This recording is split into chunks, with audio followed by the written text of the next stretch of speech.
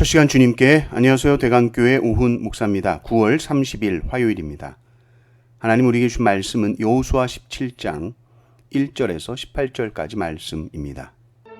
므낫세는 요셉의 장자였고 므낫세의 장자 마길은 길르앗의 아버지라. 그는 용사였기 때문에 길르앗과 바산을 받았으므로 므낫세의 남은 자손을 위하여 그들의 가족대로 제비를 뽑았는데 그들은 곧 아비에셀의 자손과 헬렉의 자손과 아스리엘의 자손과 세겜의 자손과 헤벨의 자손과 스미다의 자손이니 그들의 가족대로 요셉의 아들 므낫세의 남자 자손들이며 헤벨의 아들 길르앗의 손자 마길의 증손 므낫세의 현손 슬로브앗은 아들이 없고 딸뿐이요 그 딸들의 이름은 말라와 노아와 호글라와 밀가와 디르사라.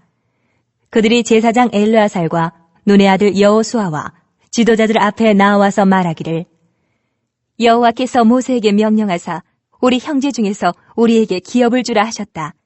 하매 여호와의 명령을 따라 그들에게 그들의 아버지 형제들 중에서 기업을 주므로 요단 동쪽 길르앗과 바산 외에 므낫세에게 10분깃이 돌아갔으니 므낫세의 여자 자손들이 그의 남자 자손들 중에서 기업을 받은 까닭이었으며 길르앗 땅은 므낫세의 남은 자손들에게 속하였더라.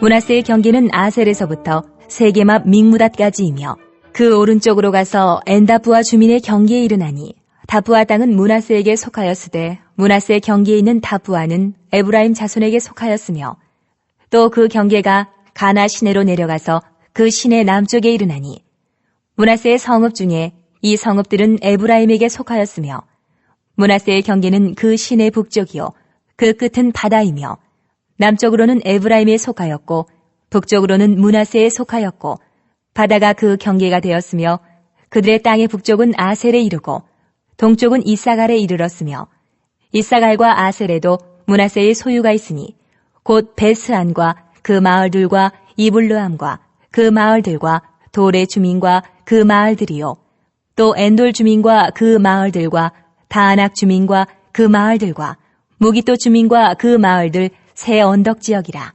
그러나 므낫세 자손이 그 성읍들의 주민을 쫓아내지 못하매 가나안 족속이 결심하고 그 땅에 거주하였더니 이스라엘 자손이 강성한 후에야 가나안 족속에게 노역을 시켰고 다 쫓아내지 아니하였더라.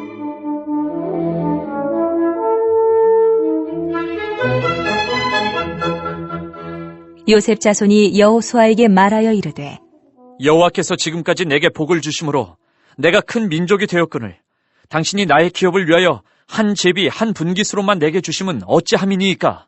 하니 여호수아가 그들에게 이르되 내가 큰 민족이 되므로 에브라임 산지가 내게 너무 좁을진데 브리스 족속과 르바임 족속의 땅 삼림에 올라가서 스스로 개척하라. 하니라.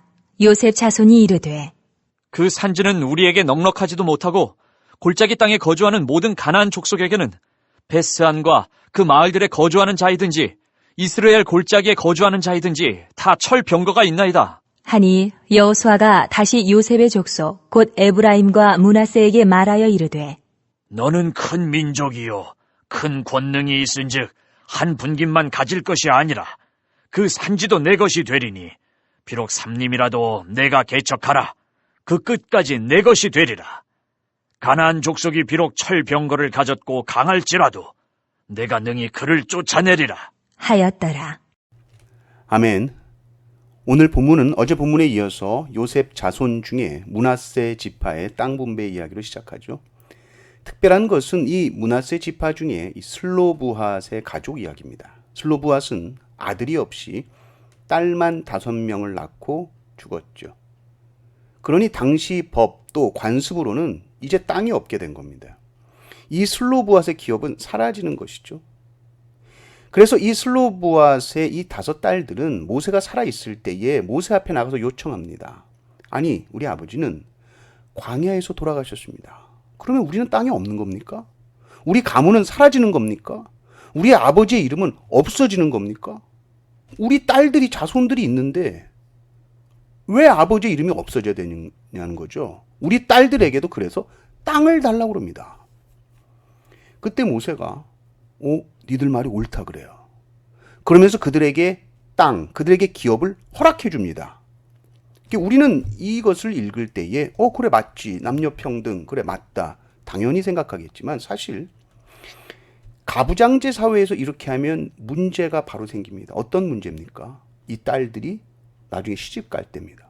왜냐하면 이 딸들이 가지고 있는 그 땅은 결혼하는 남편의 소유가 되어버리거든요. 그러면 므낫세 지파 입장에서는 자기 지파 땅이 줄어드는 겁니다. 딸들이 가지고 가버리니까. 그래서 이게 가부장 사회의 질서 속에서 딸에게 상속하는 것이 문제가 있다는 거예요. 그래서 민수기 36장을 보면 므낫세 지파에서 이 문제를 들고 나옵니다.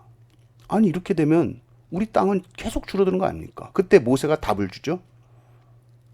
그래 네 말도 맞네. 슬로브앗의 딸들아, 니들 마음대로 시집가도 좋은데 오직 너희 지파 안에서만 결혼해야 된다라고 결론을 내려주죠.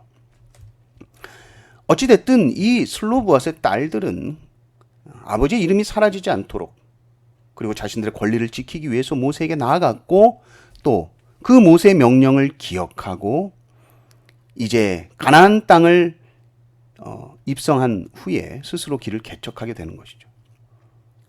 우리는 사회 관습이 이렇고 이러니까 어쩔 수 없다 핑계 삼지 않고 하나님의 약속을 붙들고 믿음으로 스스로 길을 연 것입니다.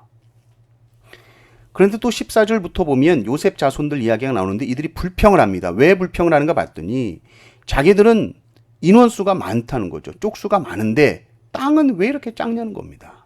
그때 여호수아가 답을 줍니다.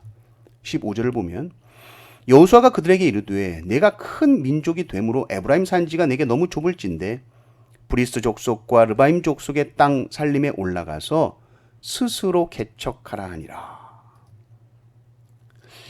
우리 생각에는 이미 땅의 경계가 확정된 거 아니야? 개척?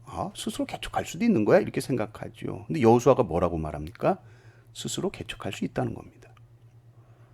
여호수아가 개척하라고 그랬더니 또 어쩌고 저쩌고 그들은 철병거를 가지고 있어가지고 우리가 정복하기 어렵고 개척하기 어렵고 이런 얘기를 해요. 다시 여호수아가 말하죠. 개척해라. 18절을 보십시오. 그 산지도 내 것이 되리니 비록 살림이라도 내가 개척하라. 그 끝까지 내 것이 되리라. 가나안 족속이 비록 철병거를 가졌고 강할지라도 내가 능히 그를 쫓아내리라 하였더라. 하나님이 주신 땅이 있어요. 근데 그 땅을 누가 누릴 수 있느냐? 불평하는 자가 아니라 믿음으로 스스로 개척하는 자에게 그 땅이 열려 있는 겁니다. 철병거 같은 현실의 벽이 앞에 있어도 하나님의 약속의 말씀, 네가 능히 그들을 쫓아내리라 말씀을 붙들고 가는 것이죠. 요셉 지파처럼 불평하지 않고 여호수아의 말대로 스스로 개척하는 겁니다. 슬로브앗의 딸처럼 스스로 개척하는 것입니다. 하나님 왜 저에게 이런 환경을 주셨어요? 원망하는 것이 아니라 하나님 왜 이런 상황을 허락하셨어요? 불평하는 것이 아니라 너가 원하는 삶, 네가 구하는 것 하나님 앞에 구하고 그 땅을 스스로 개척하라는 것이죠. 하나님의 뜻은 어떤 숙명론이나 운명론처럼 고정된 것이 아닙니다. 그것은 하나님의 약속의 말씀 위에서 우리에게 활짝 열려진 자유입니다. 불평하려면 끝도 없죠. 그리고 불평은 아무것도 해결해 주지 못합니다. 불평은 두려움을 이기지 못합니다. 그러나 믿음으로 나아갈 때, 말씀을 붙들고 스스로 개척하며 나아갈 때 두려움은 사라집니다. 남 탓, 환경 탓, 상황 탓하지 마십시오. 네가 능히 그를 쫓아내리라. 말씀을 붙들고 오늘도 믿음으로 삶을 개척해 나가시기를 주님의 이름으로 축원합니다.